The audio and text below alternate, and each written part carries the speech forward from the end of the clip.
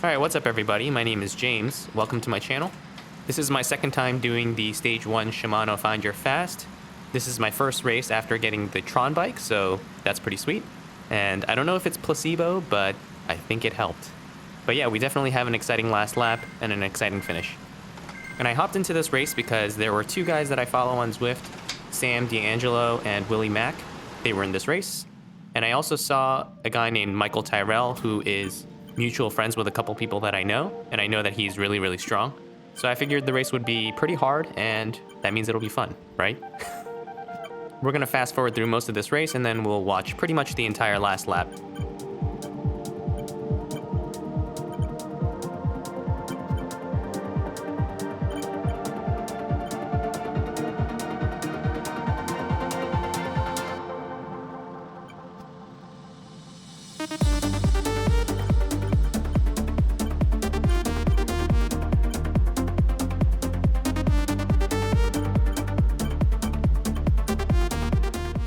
Alright, so it seems like there's a theme that the first time up the Jarvis KOM, out of the 4 times we're going to do it, is pretty fast. I made sure that I identified Mike Tyrell.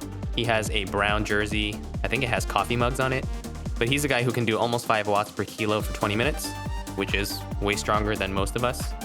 So I'm not going to really mark him per se, but it's definitely in my mind that if he's in a breakaway with at least a couple other individuals, that I might want to cover it. And that's actually what happens here. There was one guy pushing the pace, Mike follows him, another guy goes, so I make an effort to bridge that, and then you'll see a little bit later there are maybe 3 or 4, maybe even 5 people who also bridge, but eventually the field brings that back, mainly because there were only a couple guys who were willing to push the pace. I was in it just because I didn't want to let it go, but I wasn't going to put extra work into the breakaway.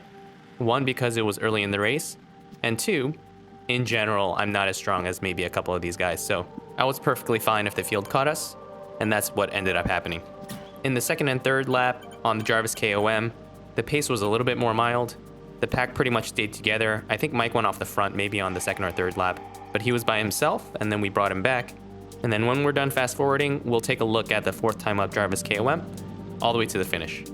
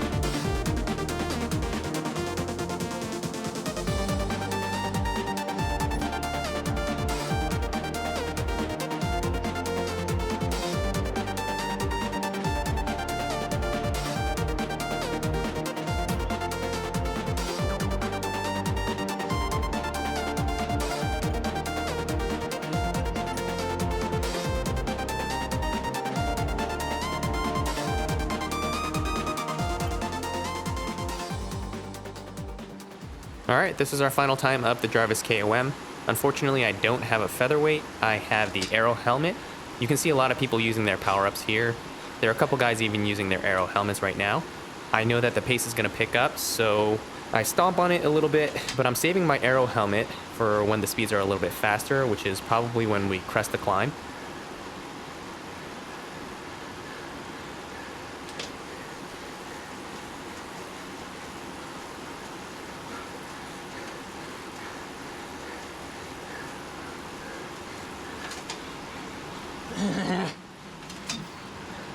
You can see that it starts getting strung out here.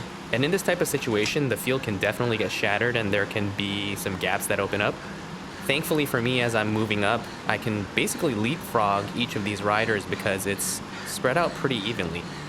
But you'll see when I decide to use the Aero helmet, I see that there's a gap opening up right in front of this orange jersey.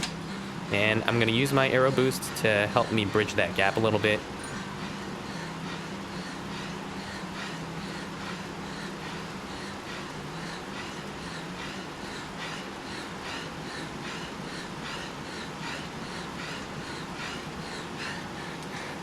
there's a front pack of 7 in front of me right now, and it seems like there's a small gap behind me, so it's a pretty good situation for me at this point.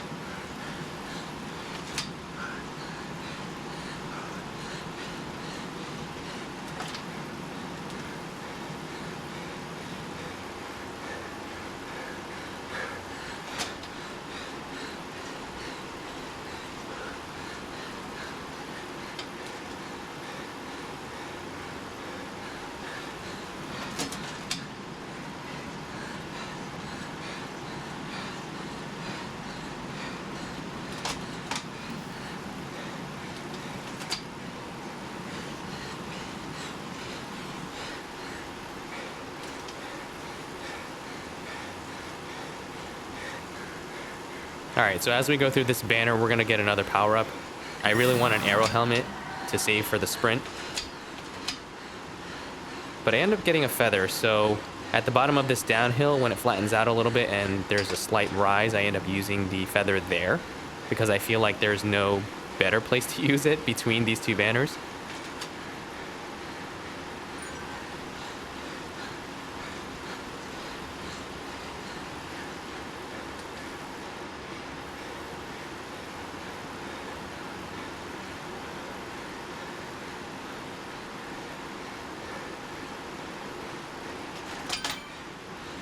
We have about 1.7 kilometers left to go. I put in a little dig here. I surge a little bit just to stay towards the front. And this was actually kind of fortuitous. I end up rolling through, but we're going fast enough that I can do a super tuck. So I do get at least a few seconds of breather here, which is nice.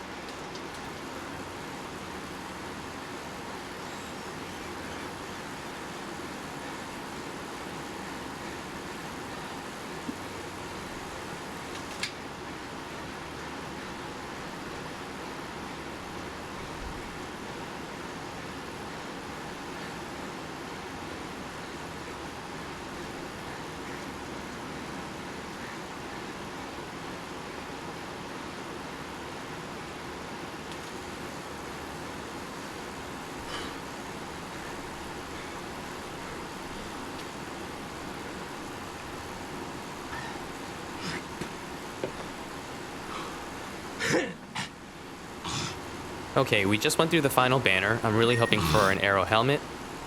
Come on, big bucks, come on, big bucks, and stop!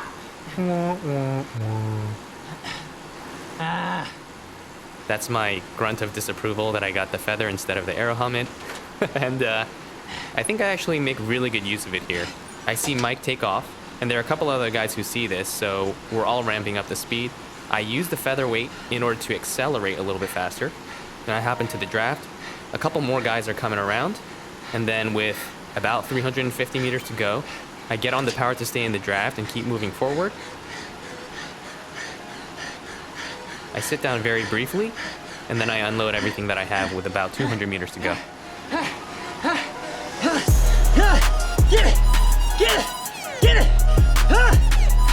Yeah! You got it! Yeah! Did I get it? Did I get it?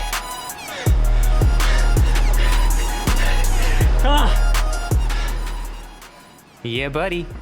900ths of a second. That's pretty much as close as it'll get. But yeah, that felt super good.